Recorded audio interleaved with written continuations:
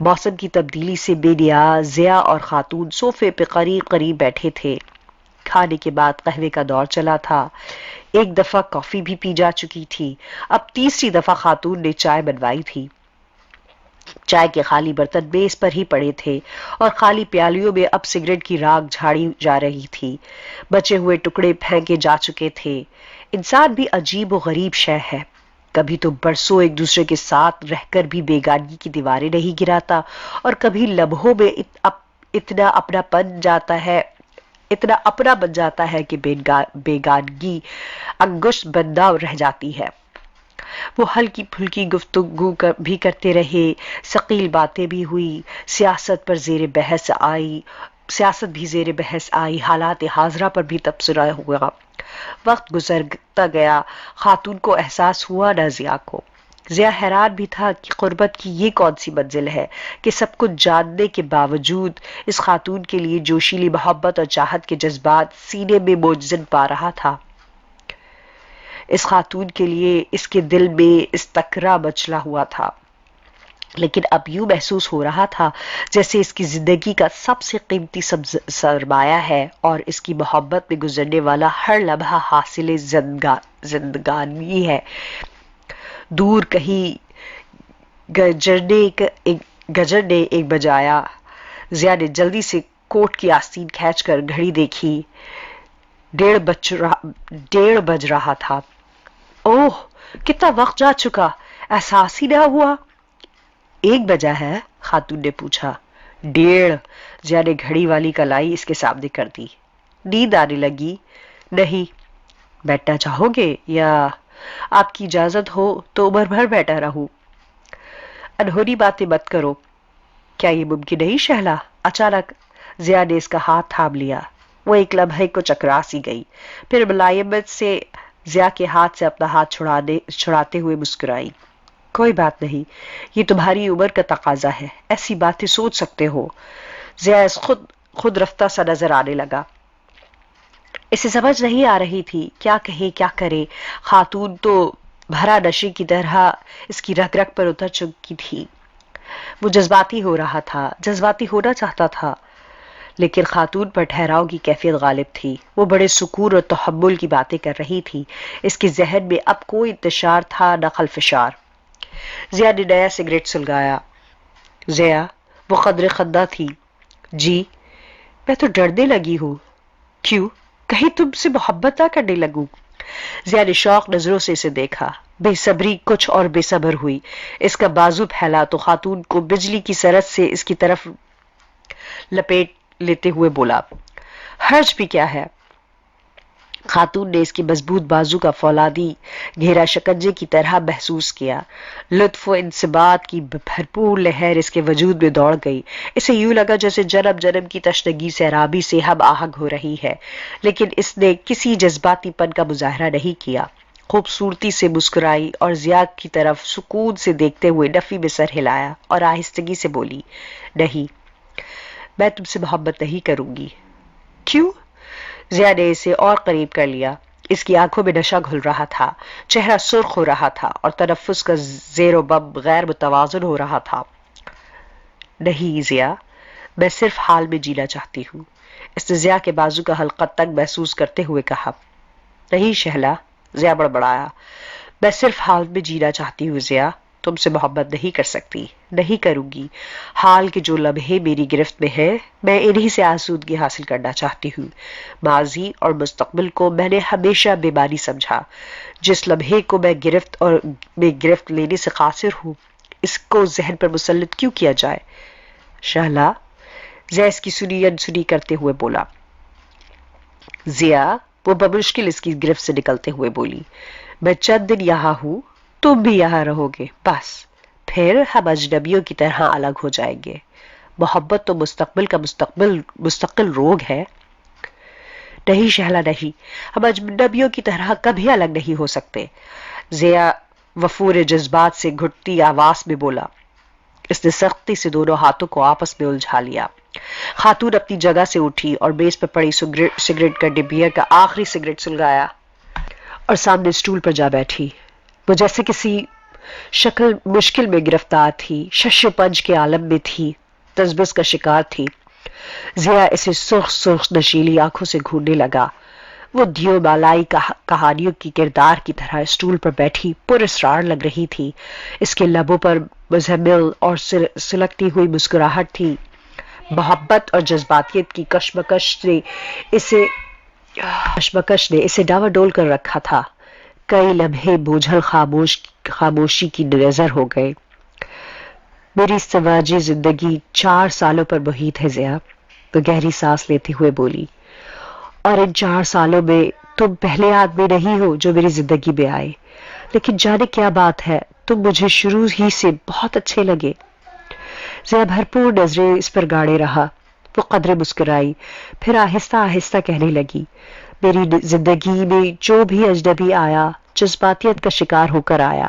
میں تمہیں سچ سچ بتا دوں کہ تمہیں بھی میں جذباتیت کا شکار بنا کر اپنے قریب لائی تھی، لیکن جانے کیوں میں ایک دوراہے پر آن کھڑی ہوئی ہوں۔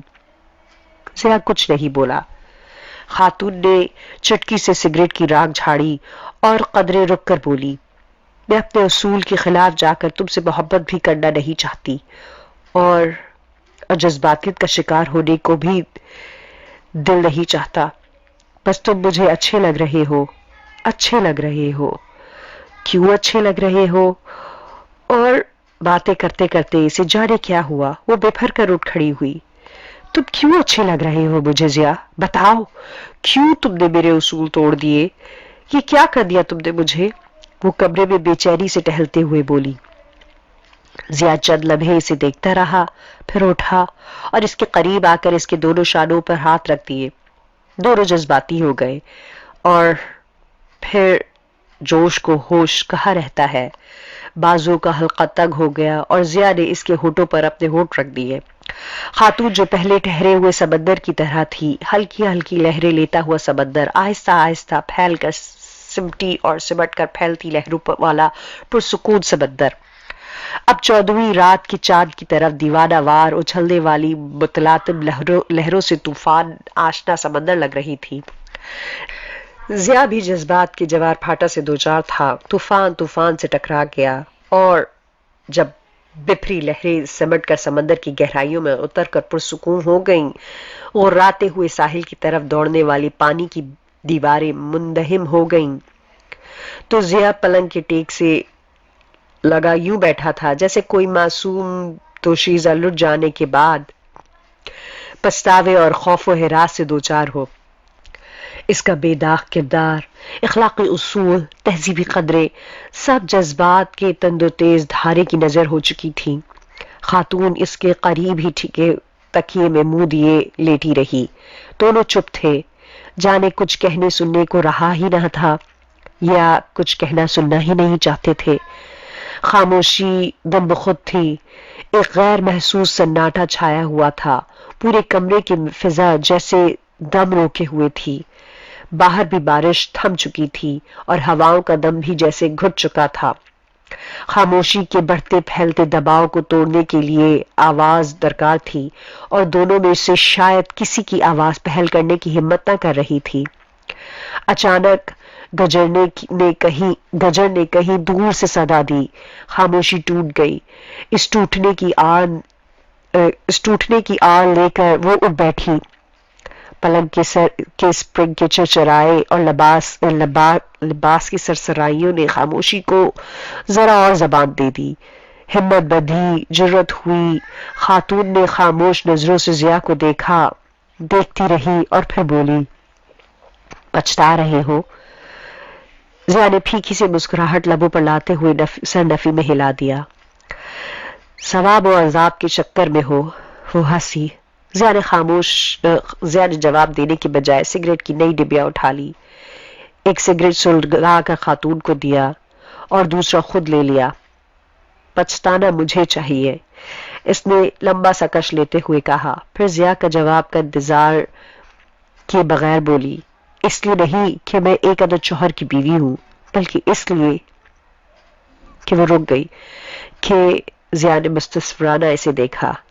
وہ سر جھکائے بیٹھی، کچھ کہنے اور نہ کہنے اور کہنے کے درمیان جیسے معلق تھی۔